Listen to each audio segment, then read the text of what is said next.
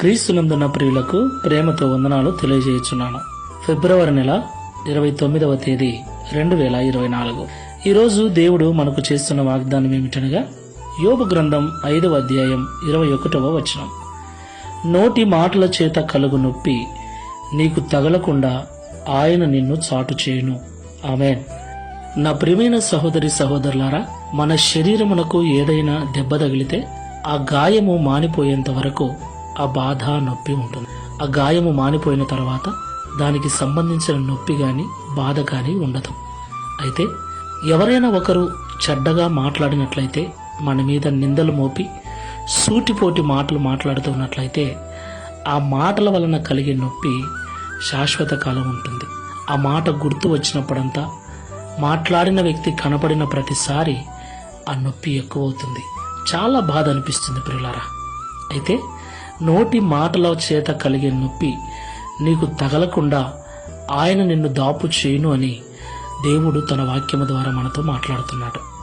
ఈ మాటలు వింటున్న ప్రియ సహోదరి సహోదరుడా, ఇంటిలో కానీ, సంఘములో కానీ, ఉద్యోగం చేస్తున్న చోట కానీ, సమాజంలో కానీ మనుషుల చేత సూటిపోటి మాటలు పడుతున్నావా?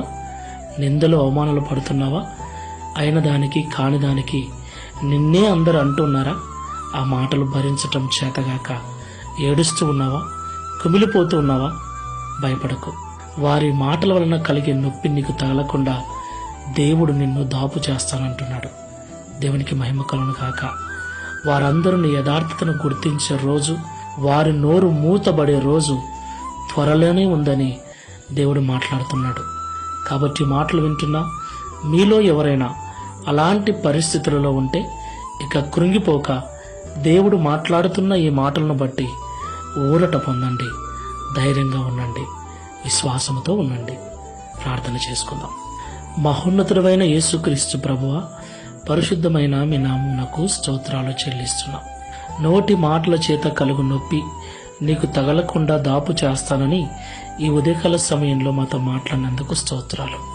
అయ్యా, ఈ ప్రార్థనలో ఏకీభవిస్తున్న వారిలో ఎవరెవరైతే అలాంటి మాటల చేత ఇబ్బంది పడుతూ ఉన్నారో, అలా మాట్లాడుతున్న వారి ఎదుట వీరి యథార్థతను ప్రచురము చేసి వారి నోర్లు మూతబడేటట్లుగా చేయమని, బాధపడుతున్న ప్రతి బిడ్డను కూడా ఓదార్చి ధైర్యపరచుమని, బాధిస్తున్న ప్రతి ఒక్కరి మనస్సును మార్చి వీరి మీద కనికరమును వారికి కలిగించుమని, దయను కలిగించుమని, తద్వారా ఈ దిన వాగ్దానమును మా అందరి జీవితంలో నెరవేర్చి మీ నామమును మహిమపరచుకొనమని యేసు నామంలో ప్రార్థించి వేడుకుంటున్నాము తండ్రి. Amen. Praise the Lord. God bless you.